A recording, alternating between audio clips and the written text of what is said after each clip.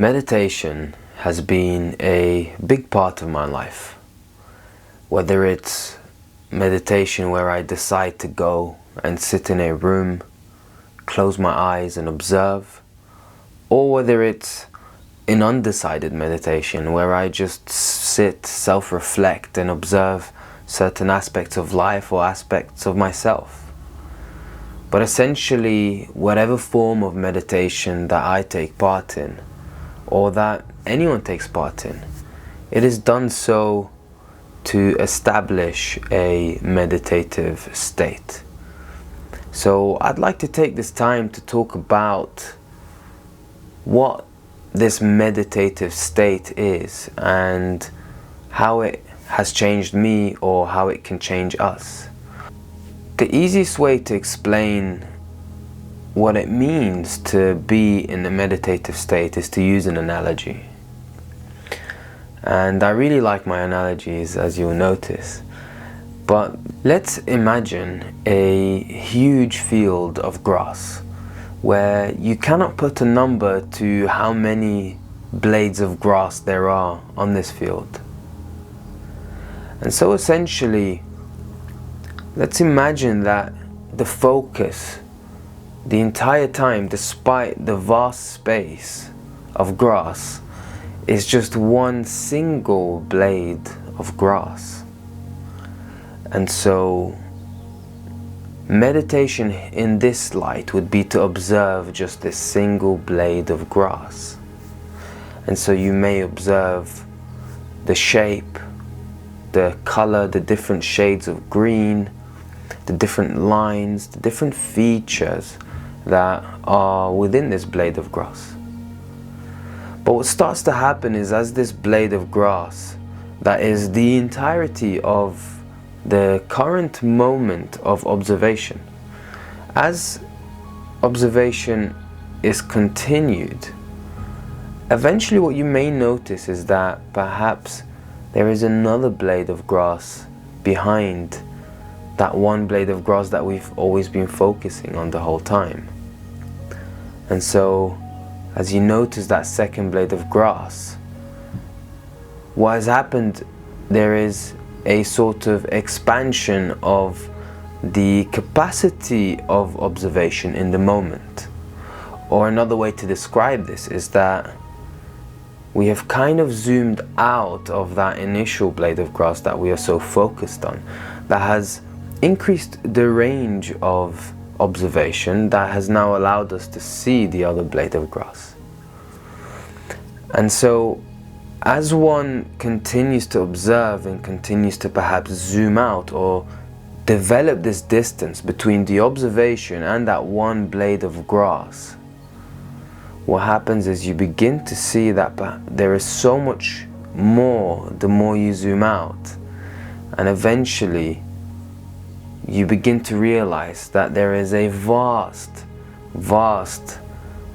field of grass. So to sort of relate this analogy to what it means to be meditative, it is essentially the distance that is developed between the observer and that which is observed. And in our case, as we begin to meditate and enter the meditative state, it is essentially us observing all of the activity that takes place in the moment. So what is this activity? It is essentially all the movement that takes place within the body. So the most obvious being the breath. You breathe in and out. And this is why many meditation practices focus on the breath. In addition to that, it's also the movement of the mind, all the thoughts that arise within the mind.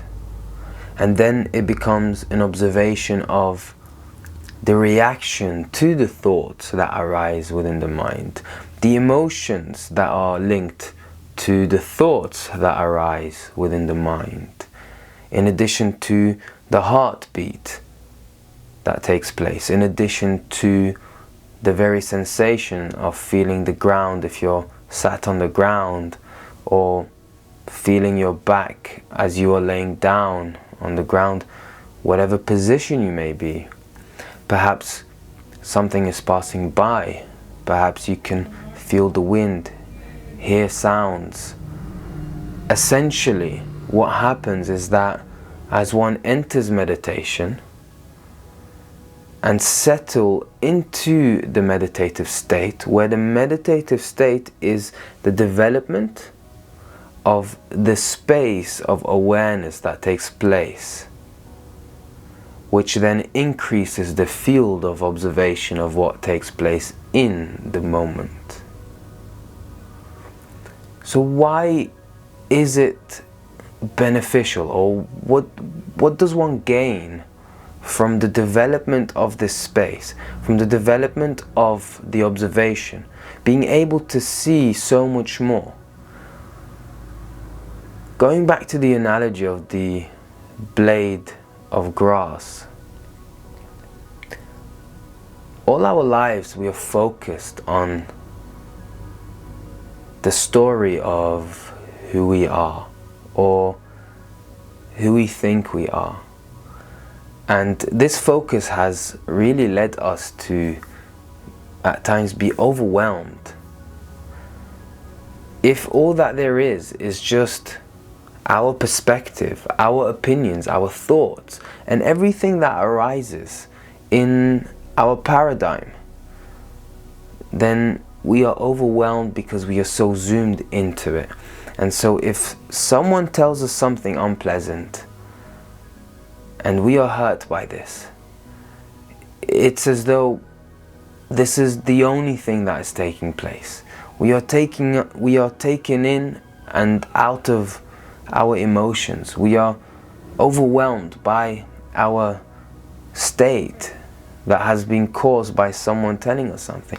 But if this distance is developed, you now have more space to sort of choose or alter how you would like to react to a certain situation of life.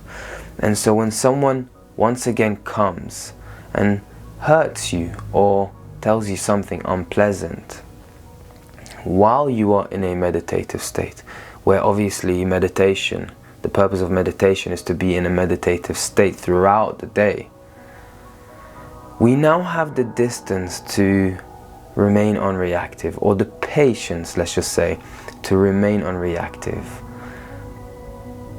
The thing that this person has told us that would otherwise hurt us seems so insignificant.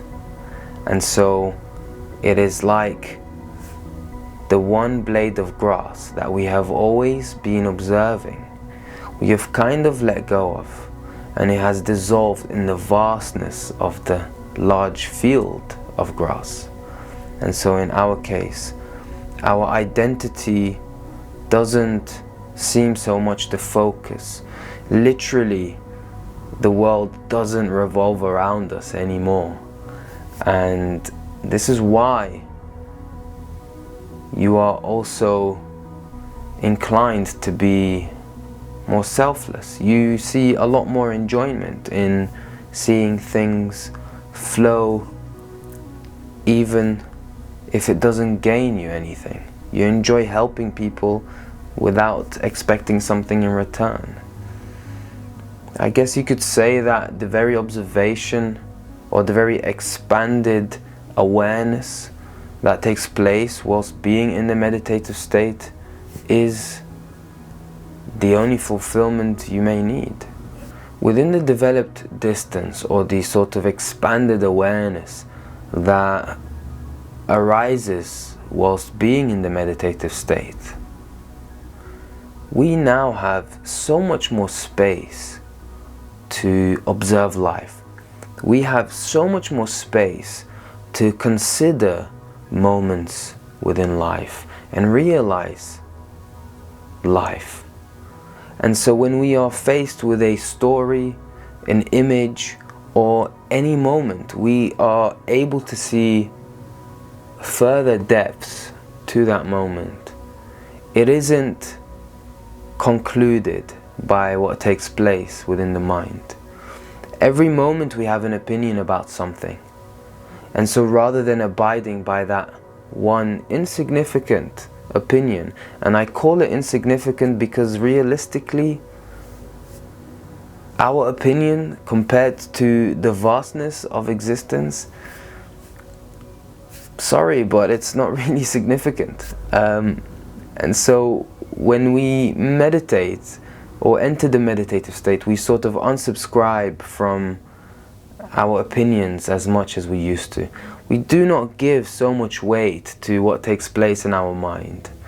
If I could summarize everything that I spoke about in this video in one line, it would be to use the Buddha's quote on meditation, where people asked him, "What do you gain from meditation?"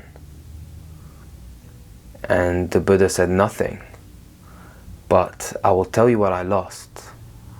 I lost anger, anxiety, fear, fear of loss, fear of old age, and fear of death." I did paraphrase that, but I hope you get the point.